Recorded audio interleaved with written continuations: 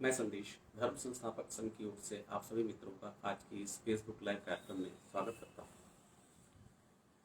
मित्रों, अगर हम लोग ध्यान से देखें तो इस समय विश्व में हर जगह लगभग अनेक लड़ाइयाँ देखने को मिलती हैं। अभी हाल ही का उदाहरण है यूक्रेन और रूस का।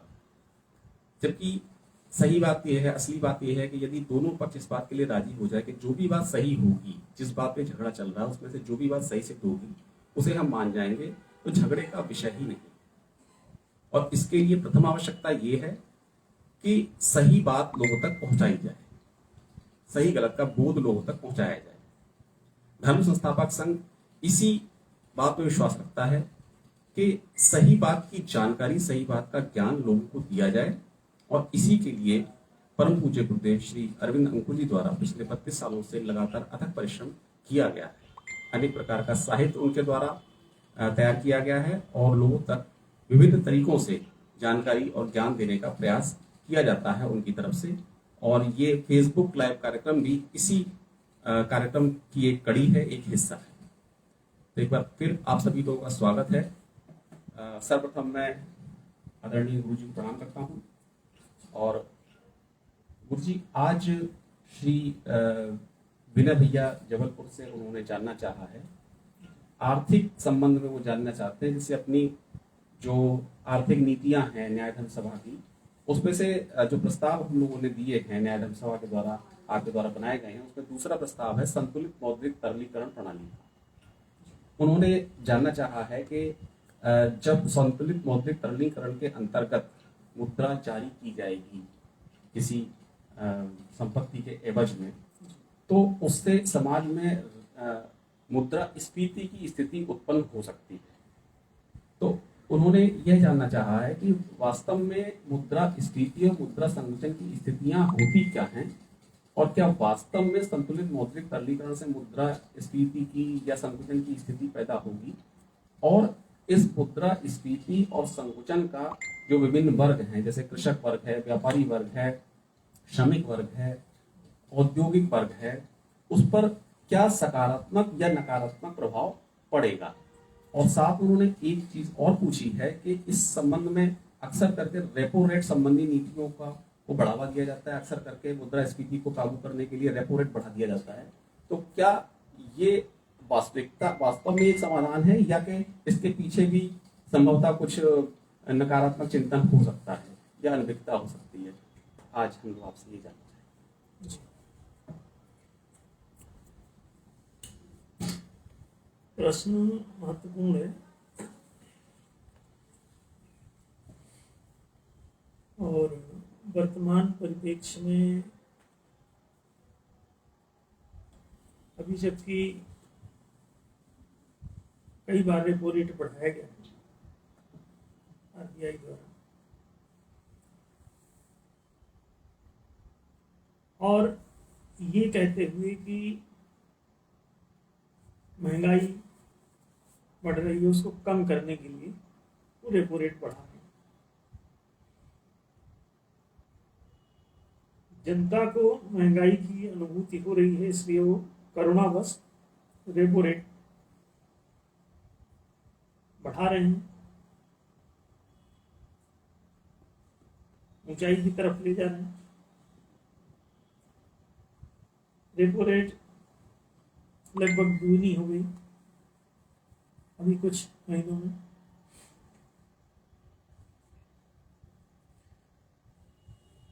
अब लगभग 7% की ओर जा रही है।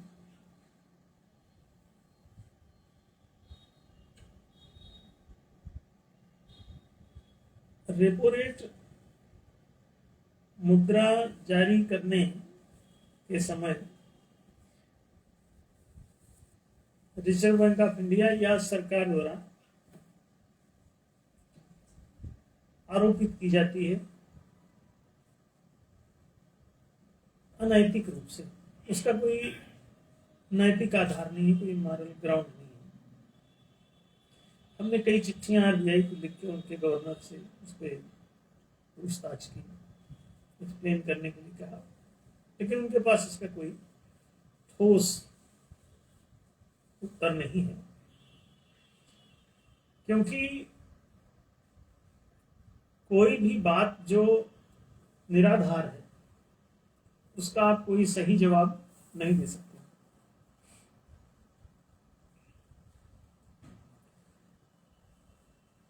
एनडीएस ने जो संतुलित मौद्रिक तरलीकरण प्रणाली दी है उसके नाम से स्पष्ट है कि वो संतुलित रहेगी, बैलेंस्ड होगी। अब इसमें संतुलन क्या है जो इस प्रणाली को ज्यादा महत्वपूर्ण बनाता है? संतुलन का अभिप्राय कि मुद्रा जिस भी भौतिक संपत्ति के एवज में उसके विकल्प में जारी होती है उसका खुद का बाजार मूल्य और जारी की जाने वाली मुद्रा की मात्रा, कितनी मात्रा में मुद्रा जारी की जा रही है और कितनी मात्रा में उसके बदले में कोई मूल्यवान संपत्ति स्वीकार की जा रही है। ये दो बातें हैं, परिसंपत्तियों का बाजार मूल्यांकन और जारी की जाने वाली मुद्रा, दो चीजें हुई। इन दो बातों के बीच में जो संतुलन बनाए रखे ऐसी मुद्रा निगमन प्रणाली या मौद्रिक तरलीकरण प्रणाली जो इन दो तत्वों के बीच में संतुलन स्थापित कर ले, यानी भौतिक जो संपदा उसमें स्वीकार की जाने वाली है उसका बाजार मूल्य और आरबीआई द्वारा जारी की जाने वाली मुद्रा की मात्रा, उन दोनों के बीच में संतुलन। अब यहां से आपको ये बात समझ में आएगी कि मुद्रास्फीति क्या है और मुद्रा संकुचन क्या है, इस संतुलन को समझना। अब ये जो मौद्रिक तरलीकरण प्रणाली दी गई है ये संतुलित मौद्रिक तरलीकरण प्रणाली के नाम से प्रस्तावित है। उसका अभिप्राय ये है कि ये दोनों तत्वों के बीच में जो आपको बताए गए, इन दोनों के बीच में वो संतुलन बनाए रखने वाली प्रणाली है। एक ऐसी प्रणाली जो इन दो तत्वों के बीच में संतुलन स्थापित करे। एक तराजू ले लें और उसके दो पलड़े समझ लें, तो उसमें एक तो एक तरफ रखें जो मुद्रा जारी की जाने वाली है और एक तरफ परिसंपत्तियों का बाजार मूल्य कितना है। इन दोनों तत्वों को अलग अलग दाएं बाएं तराजू में आप रख दीजिए। अगर इसका कांटा संतुलित रहे तो ये जो लेन देन होने वाला है, मुद्रा का तरलीकरण जो किया जाने वाला है, वो संतुलन में रहेगा। अगर इन दोनों में बैलेंस बना रहे, अगर इनमें ऐसे अप डाउन हो तो दो परिस्थिति उत्पन्न होगी। या तो मुद्रा अतिरिक्त मात्रा में बाजार में जाएगी तो उसे मुद्रास्फीति कहेंगे, और या फिर ये मुद्रा कम मात्रा में इसके तुलना में, संपत्ति के मूल्य की तुलना में यदि जारी की जाने वाली मुद्रा कम मात्रा में है तो बाजार में मुद्रा संकुचन की स्थिति होगी। तो इसे इन्फ्लेशन और डिफ्लेशन कहते हैं, मुद्रास्फीति और मुद्रा संकुचन। तो ये संतुलन जो आपके तराजू में स्थापित किया जाना है, अगर ये स्थापित नहीं किया जा रहा है, इस पर ध्यान नहीं दिया जा रहा है, तभी बाजार में असंतुलन उत्पन्न होगा। अर्थात या तो मुद्रा स्फीति की दशा उत्पन्न हो जाएगी और या मुद्रा संकुचन की। लेकिन अभी हम ये जो बात बता रहे हैं इकोनॉमिक्स की, ऐसा दुनिया में ये इकोनॉमिक्स नहीं है। वो जो मुद्रा स्फीति कह रहे हैं और मुद्रा संकुचन कह रहे हैं वो एक फ्रॉड है। इसके अतिरिक्त कोई भी पढ़ा लिखा आदमी हमसे ज्यादा देर बात नहीं कर सकता इस विषय में, अगर वो शिक्षित है। क्योंकि शिक्षित व्यक्ति ही थोड़ा तर्क समझता है, नहीं तो कोई फायदा नहीं। मुद्रा संकुचन या मुद्रा स्फीति की दशा केवल इस एक इक्विलिब्रियम पर टिकी हुई है, जो ये दो तत्वों के बीच में असंतुलन के कारण उत्पन्न होती है। या तो मुद्रा संकुचन की दशा उत्पन्न होगी या मुद्रा स्फीति की। तो ये जारी की जाने वाली जो मुद्रा है आरबीआई द्वारा या किसी देश के केंद्रीय बैंक द्वारा, यदि वो जारी की जाने वाली परिसंपत्तियों की तुलना में न्यून या अधिक, या तो न्यून मात्रा में जारी हो रही होगी उसकी तुलना में जो परिसंपत्ति ली गई है, या उसका पेपर सिक्योरिटी के रूप में जमा करवाया गया है, प्रतिभूति के रूप में रखा गया है। मुद्रा जारी करते समय यदि उस प्रत्याभूत संपदा के बाजार मूल्य के समकक्ष, सब्जेक्ट टू डिप्रिसिएशन, एप्रिसिएशन या डिप्रिसिएशन, उसका कुछ भी संभावित जो है वो लिया जा सकता है, वो संतुलन की परिभाषा में ही आएगा। जैसे कि पिछले 10 साल का रिकॉर्ड अगर ये बता रहा है कि बाजार मूल्य इसका बढ़ रहा है, किसका, परिसंपत्ति का, ली जाने वाली सिक्योरिटी का, यदि बाजार मूल्य बढ़ रहा है तो आप उसमें उसके सममूल्य पर भी जारी कर सकते हैं, वो संतुलित ही रहेगा। अगर घटने की संभावना लग रही है तब असंतुलन उत्पन्न हो सकता है, तो आप सममूल्य पर जारी करते समय एक संभावित जो उसमें गिरावट की परिकल्पना है उसके परिप्रेक्ष्य में आप उतनी मात्रा में जारी की जाने वाली मुद्रा को उतने प्रतिशत घटा सकते हैं। जैसे मान लो 10% यदि उसकी गिरने की संभावना है तो आप उसको उसके मूल्य से 10% माइनस करके आप उसको लिक्विडिटी जारी कर दीजिए, क्योंकि इतनी संभावना उसकी गिरने की, तो मार्केट में संतुलन बना रहेगा। यदि वो मूल्य गिर भी गया संभावित अनुसार तो भी संतुलन बना रहेगा। यदि किसी कारणवश ऐसा हो जाए, कभी इस संतुलन को बनाए रखने के लिए यदि कभी ऐसा हो जाए कि अचानक परिसंपत्ति का मूल्य ज्यादा गिर गया, जारी की गई जितनी मात्रा उससे न्यून हो गया इसका मूल्य सिक्योरिटी का, तो आप उसके लिए अलग से सिक्योरिटी की मांग कर सकते हैं, माने आरबीआई मांग कर सकता है, अथवा वो उतनी मुद्रा के लिए किस्तों में वापसी की बात कर सकता है। अगर वापस ना करे तो सिक्योरिटी जमा करा सकता है। अब ये लिक्विडिटी जारी होती है। आप ध्यान रखें कि यहां पे जो जारी किया जाना है वो लिक्विडिटी होगी, लोन नहीं। पूरी दुनिया में जारी की जाने वाली लिक्विडिटी को लोन के रूप में जारी किया जा रहा है, लिक्विडिटी के रूप में नहीं। तो वो तरलीकरण प्रणाली इनफैक्ट लागू है ही नहीं। मौद्रिक तरलीकरण प्रणाली पूरी दुनिया में लागू है ही नहीं। क्यों? उसको लागू करने से कोई भी राष्ट्र की बेरोजगारी समाप्त हो जाती है। क्यों? वो कैपिटल के रूप में ही आदमी उसको 99% मांगता है। कोई आदमी अपने घर को लिक्विडाइज करके और आटा, रोटी या चावल और आइसक्रीम थोड़ी खाएगा? खाएगा?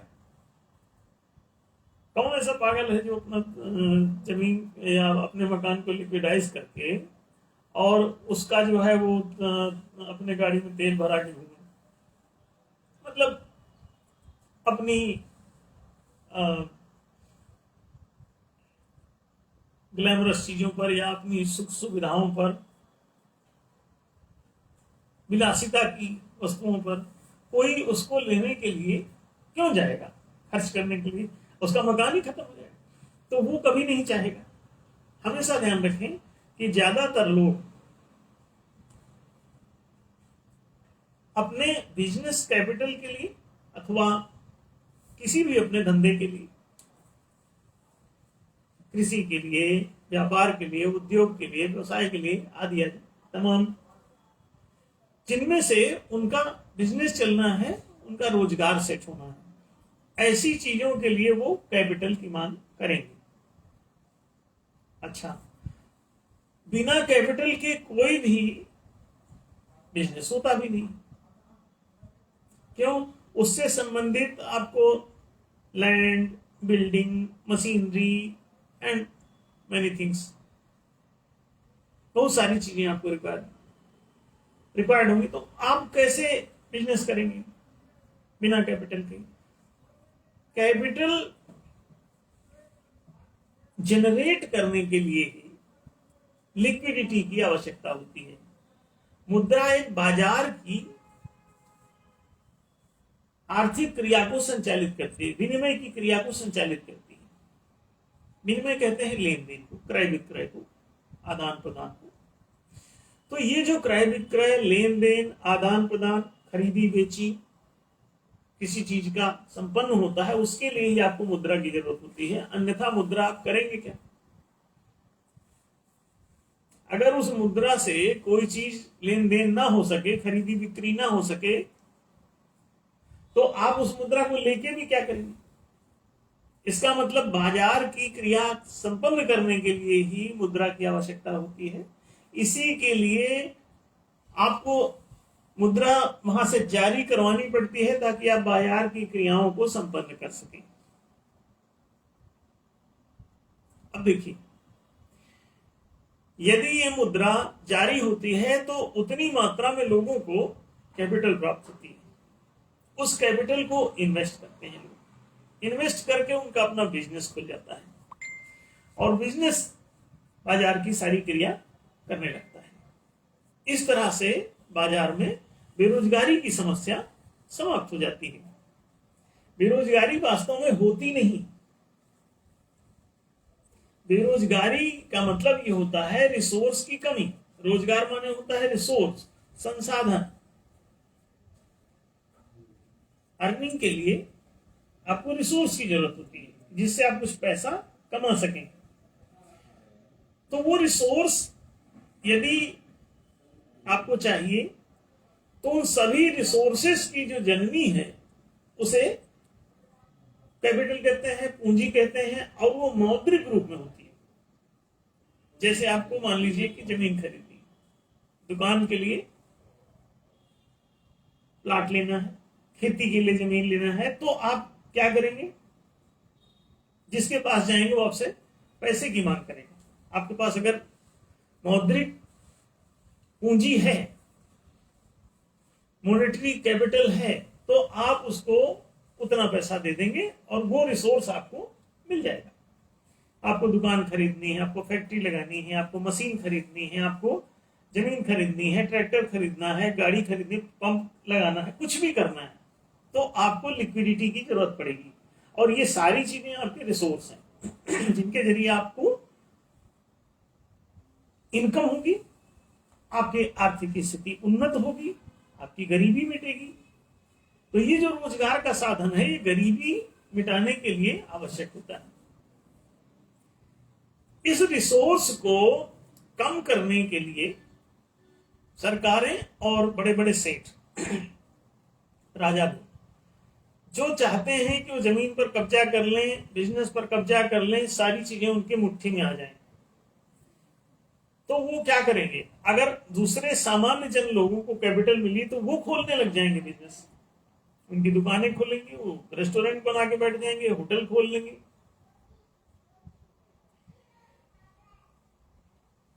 आप जो बड़े सेठ लोग हैं उनको जब वो लोग अपना होटल खोलेंगे तो वो खुद तो चलाएंगे नहीं, उनको नौकर की जरूरत होगी। अगर बाजार में कैपिटल सुलभ है तो लोग अपना होटल खुद खोल लेंगे, इनके होटल में नौकरी करने के लिए कौन आएगा? तो they will try to control the capital. तो वो जो मुद्रास्फीति कहा करते हैं, इसे समझिएगा, वो मुद्रास्फीति नहीं कहते, वो कैपिटल स्फीति कहते हैं। There would be inflation but in the sense of capital. तो कैपिटल इन्फ्लेशन बोलो, मॉनेटरी इन्फ्लेशन नहीं। वो जिसे अगर वो ऐसा बोल दें तो पूरे समाज में पिट जाएंगे। अगर वो सही बात जनता को बता दें तो पूरी दुनिया की जनता झंडा लेके सड़क पे, वो समझ जाएगी ये तो हमको पागल बनाने का धंधा कर रहे हैं। ऐसी सरकारों को वोट मिलना बंद हो जाएगा। लेकिन जनता का इग्नोरेंट होना, अनजान होना, अशिक्षित होना, बुद्धिहीन होना, उनके लिए लॉटरी है। उन लोगों के लिए लॉटरी है जो समाज का एक शोषक वर्ग है, जो अनादिकाल से इस क्रिया पद्धति को किसी न किसी रूप में चला रहा है। या तो आपको हथकड़ी बेड़ी से बांध के रखा है, या फिर उसने आपकी जमीनों को कैप्चर कर लिया है तो हथकड़ी खोल दिया, जमीनें कैप्चर्ड है, आप जाएंगे कहां? उसी की जमीन पहुंची, कीजिए गुलाम। फिर उसने देखा कि जमीनों पर जब जमींदारी उन्मूलन कार्यक्रम चलने लगा पूरी दुनिया में, पहले दास प्रथा उन्मूलन चलाया तो लोग जमीनों को कब्जा लिए, दासता की जंजीरें जो है खोल दी। फिर उसके बाद उन्होंने जमींदारी प्रथा पकड़ ली तो लोग हथकड़ी खुलवा के भी उसी अवस्था में उसी खेत में वापस काम कर रहे थे, खुली हथकड़ी से। जमीन पकड़ लो, वो जाएंगे कहां? जमीन का रजिस्ट्री एक्ट बना लिया, सब जमीनें अपने नाम रजिस्ट्री करा ली, और वो लोग कहीं खड़े होकर खेती करने जाते थे तो पुलिस आ जाती थी, गैर कानूनी काम में फंस जाते थे। इस डर के मारे उनको उन्हीं के खेत में जाके काम करना पड़ा। तो बिना हथकड़ी का गुलाम तैयार हो गया, जमींदारी प्रथा आ गई। तो पहले दास प्रथा थी, फिर जमींदारी प्रथा आ गई। और ध्यान रखें, ये किसी जात बिरादरी से नहीं होता। ये वाला बदमाश जमींदार कैपिटलिस्ट से कोई भी हो सकता है।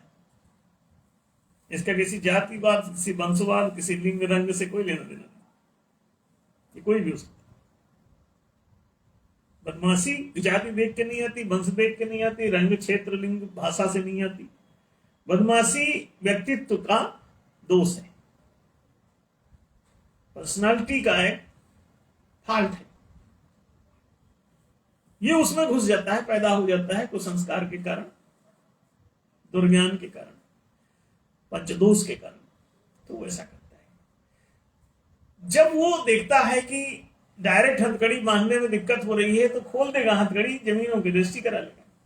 अब आप जाएंगे कहां? भूखों मरेंगे, आइए जमीन पे काम कीजिए। फिर वही रोटी देगा, राशन कार्ड दे देगा, राशन ले जाओ, रोटी ले जाओ, जमीन इधर अपने पास रखा देगा।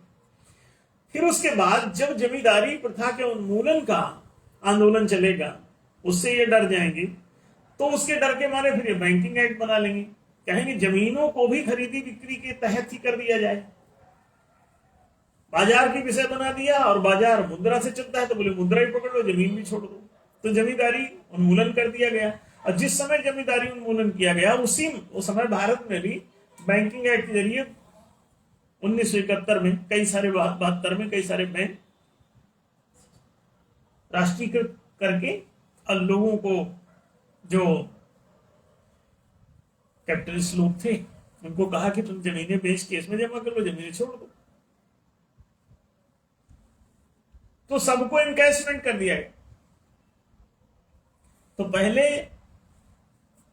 गुलामों को कन्वर्ट किया गया जमीन में, फिर जमीन को कन्वर्ट किया गया मुद्रा में, और मुद्रा में कन्वर्ट करके और मुद्रा के जारी करने के सिद्धांत को अपने कैप्चर में कर लिया। आरबीआई बना के बढ़िया एक्ट तैयार कर दिया और कहा कि अब इसके जरिए मुद्रा नियंत्रित रहेगी और आराम से रिसोर्स सब इसके जरिए ही आएंगे, तो चिंता की जरूरत नहीं। लोगों ने मुद्रा पकड़ लिया, ऊपर के लोगों ने, और मुद्रा को जारी करने पर प्रतिबंध लगा दिया और बोले कि ये मुद्रा की लिक्विडिटी नहीं जारी होगी, अगर किसी को चाहिए तो लोन ले। तो लिक्विडिटी का सिद्धांत ही इंप्लीमेंटेड नहीं है, ये मौद्रिक नीति का हिस्सा है, लेकिन आज तक ये लागू नहीं हुआ है, आप सबको पता भी नहीं,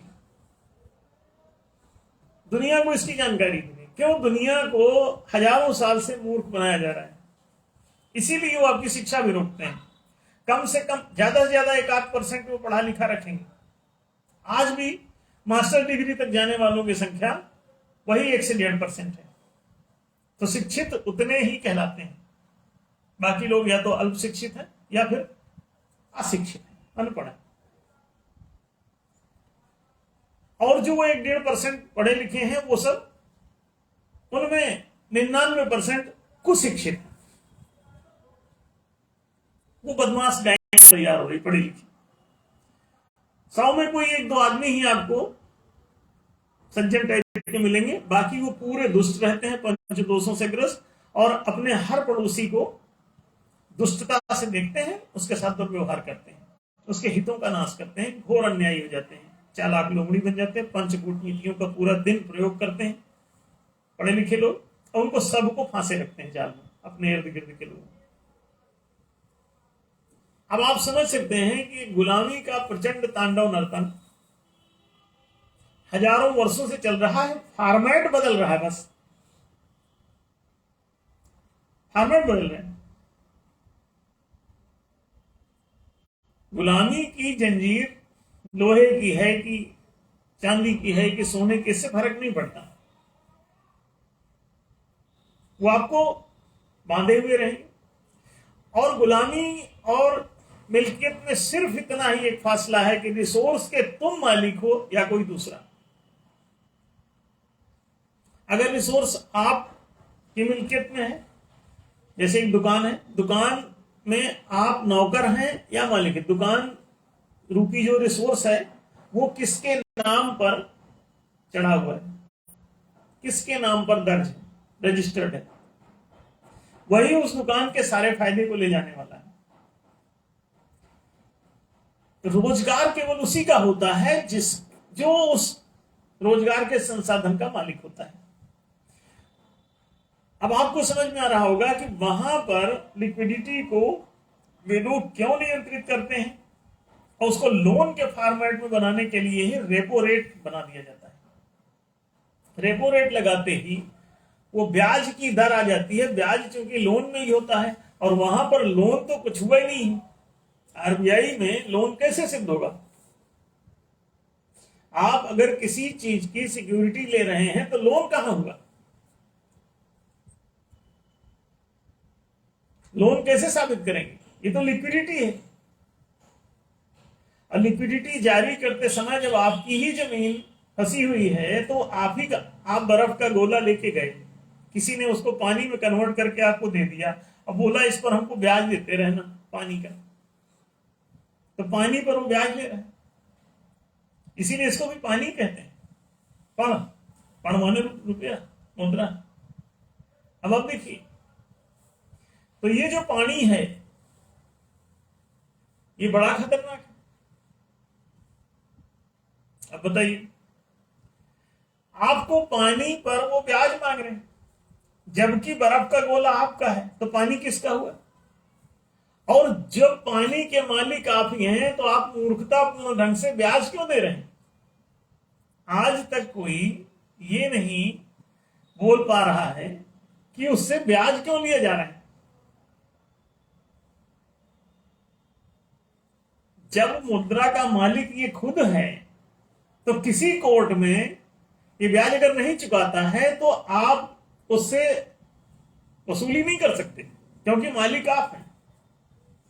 जिस चीज के आप मालिक नहीं हैं, आप उसका कोई किराया, उस पर ब्याज या उस पर कोई भी बेनिफिट, आपका हित ही नहीं बनता, इंटरेस्ट ही नहीं बनता, आप प्रमाणित नहीं कर सकते कि आपका इस पर कोई हित सिद्ध हुआ, मांगोगे कैसे? तो वे लोग जो जारी कर रहे हैं वो मुद्रा संकुचन और स्फीति उत्पन्न नहीं कर रहा है, वो कैपिटल संकुचन या कैपिटल स्फीति पैदा कर रहे हैं। वो मुद्रा स्फीति नहीं है, वो पूंजी स्फीति अथवा पूंजी, उसको नियंत्रित करने के लिए ये परेशान होते हैं। तो पूंजी नियंत्रण कार्यक्रम है उनका। आप सोच रहे हैं कि मुद्रा नियंत्रित कर रहे हैं, नहीं नहीं, मुद्रा कितनी भी जारी कर लो कभी मुद्रा स्फीति नहीं होगी अगर मार्केट वैल्यू से अधिक जारी नहीं हुई है। पूरे देश को आप कन्वर्ट कर दीजिए मुद्रा, अरबों खरबों डॉलर में कन्वर्ट कर दीजिए, बाजार पर कोई फर्क नहीं पड़ेगा, दावा हमारा। अरबों खरबों डॉलर में आप सारे देश भर की, शर्त यह है कि बाजार में उस संपत्ति का जो मूल्य है आप उसके संभावित डिप्रिसिएशन, सब्जेक्ट टू डिप्रिसिएशन, आप उसको फ्लक्चुएट करके कम ज्यादा करके परसेंटेज और उतने प्रतिशत आप उसको जारी करते रह सकते हैं। ये संतुलित मौद्रिकरण होगा। इस प्रणाली में कोई मुद्रा संकुचन का भय नहीं है, कोई मुद्रा स्फीति का भय नहीं। यदि ये संतुलित प्रणाली लागू है तो, उन दोनों चीजों में संतुलन कायम है तो इसमें कभी कोई, एक बात और, अगर ये संतुलित मौद्रिकरण प्रणाली लागू है ओपनली, इस पर कोई कानूनी और बदमाशी और शुल्क और टैक्स और कोई ब्याज और कोई प्रभार नहीं है, तो इस पूरी दुनिया में, भारत ही नहीं पूरी दुनिया के किसी भी कंट्री में कभी ना कोई बेरोजगारी उत्पन्न होगी, ना कोई गरीबी उत्पन्न होगी, ना आर्थिक विकास करने की जरूरत पड़ेगी, ना आर्थिक विध्वंस होगा, कुछ भी नहीं होगा। पाकिस्तान भीख मांग रहा है, 20% वहां पे पहुंचा दिया रेपो रेट, अभी चेक कर लें गूगल पे, 20% से अधिक रेपो रेट पहुंचा दिया और वहां भीख मांगने की नौबत है। महंगाई इतनी है कि 500-500 रुपए दर्जन के हिसाब से केले बिक रहे हैं। बताइए, हजारों रुपए केजी तक पहुंच जाएगा खाना पीना। आप 10 रुपए का सामान अगर 1000 रुपए में, कहां से जिंदगी चली। 20% रेपो रेट लगाए हुए हो और महंगाई इतनी बढ़ी जा रही, तो इसको 1000% कर दो ना। अगर आपको कॉन्फिडेंस है कि आप महंगाई कम कर लेंगे इससे, तो कौन रोक रहा है आपको भाई। दरअसल वो जो उसमें रेपो रेट बढ़ाते चले जा रहे हैं, इसी वजह से महंगाई बढ़ती चली जा रही है, क्योंकि लोगों को उत्पादन के लिए, अपना धंधा लगाने के लिए कैपिटल नहीं मिल पा रही है, क्योंकि रेपो रेट हाई है, इसको ब्याज कौन चुकाएगा। तो उत्पादन करेंगे नहीं, उत्पादन देश में खत्म हो जाएगा। जब देश में खत्म हो जाएगा तो बाहर से आयात करना पड़ेगा। बाहर से आयात करने के लिए आपको उनकी मुद्रा देनी पड़ेगी। उनकी मुद्रा तभी मिलती है जब आप अपना निर्यात करो कुछ। अब उत्पादन तो रोके हुए हो, कैपिटल ही नहीं दे रहे हो किसी को कि वो अपना धंधा लगा सके। तो सोच लो क्या मखौल है ये। पूरा कंट्री मूर्ख, सारे राष्ट्र की जनता को मूर्ख बनाया जा रहा है और चंद धूर्त पूरे देश का शोषण कर रहे हैं। हद दर्जे के बदतमीज और बेहूदे हैं वो। इसका कोई तर्क नहीं उनके पास। ये असभ्यता है। तमीज का मतलब होता है कि आप सभ्य आचरण नहीं कर रहे हैं, बुद्धि से आप बात नहीं कर रहे, एक का दूसरे के साथ दुर्व्यवहार, बदतमीजी। इससे अन्याय से बड़ी बदतमीजी और क्या। ये तमीज आप न्यायपूर्वक जनता के साथ रहना नहीं सीखे, एक भाई दूसरे के भाई के साथ अन्याय करे, ये कितनी कैसी तमीज है। तो ये भयंकर त्रासदी के रूप में सामने आ रहा है। और आप लोग समझ भी गए होंगे कि इसमें मुद्रा संकुचन और स्फीति दरअसल वो नहीं है जिसकी वो बात कर रहे हैं। मुद्रा संकुचन और स्फीति संतुलित मौद्रिक तरलीकरण प्रणाली में होती ही नहीं। आपको संतुलन बनाए रखना ये बैंक का काम है कि वो उतना ही जारी करता है जितना कि बाजार मूल्य उस संपत्ति का कायम रहता हो आगे तक। तो संभावित उसके फ्लक्चुएशन को ध्यान में रखते हुए और उतने प्रतिशत उसको मुद्रा जारी की जा सकती है। कभी न संकुचन होगा ना स्फीति होगी। अच्छा, स्फीति, इसमें लोग सोचते हैं कि मुद्रा की मात्रा बढ़ जाना स्फीति, ना मुद्रा की मात्रा बढ़ना स्फीति नहीं है। इन दोनों के बीच में तुलनात्मक जो जारी करने की प्रणाली है उसमें असंतुलन उत्पन्न होने से संकोचन या स्फीति उत्पन्न होती है।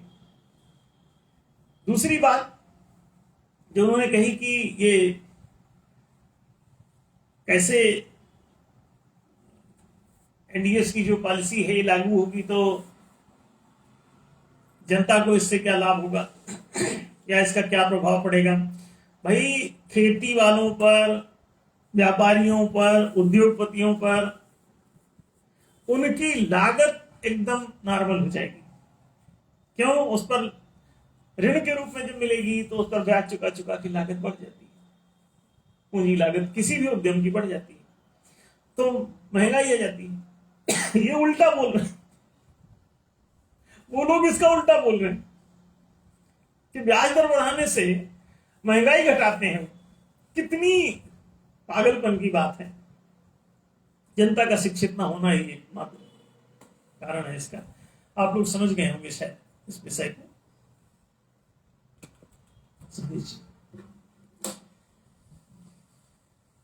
बहुत बहुत धन्यवाद मित्रों।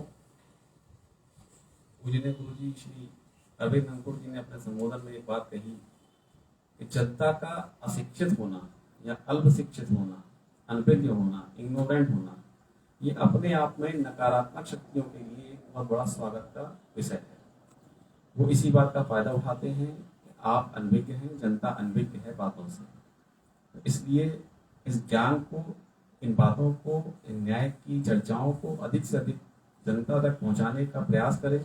पुनः आपसे निवेदन और आग्रह है कि आप ज़्यादा से ज़्यादा इस FB लाइव, फेसबुक लाइव कार्यक्रम को शेयर किया करें, पुनः पुनः सुना करें, क्योंकि आप एक ही चीज को जब कई बार सुनते हैं तो एक नए नए बिंदु आपके सामने आते हैं। पुनः इसी आग्रह निवेदन के साथ में आप सभी लोगों का धन्यवाद करते हुए मैं संदेश अपने सभी मित्रों की तरफ से आपसे विदा लेता हूँ।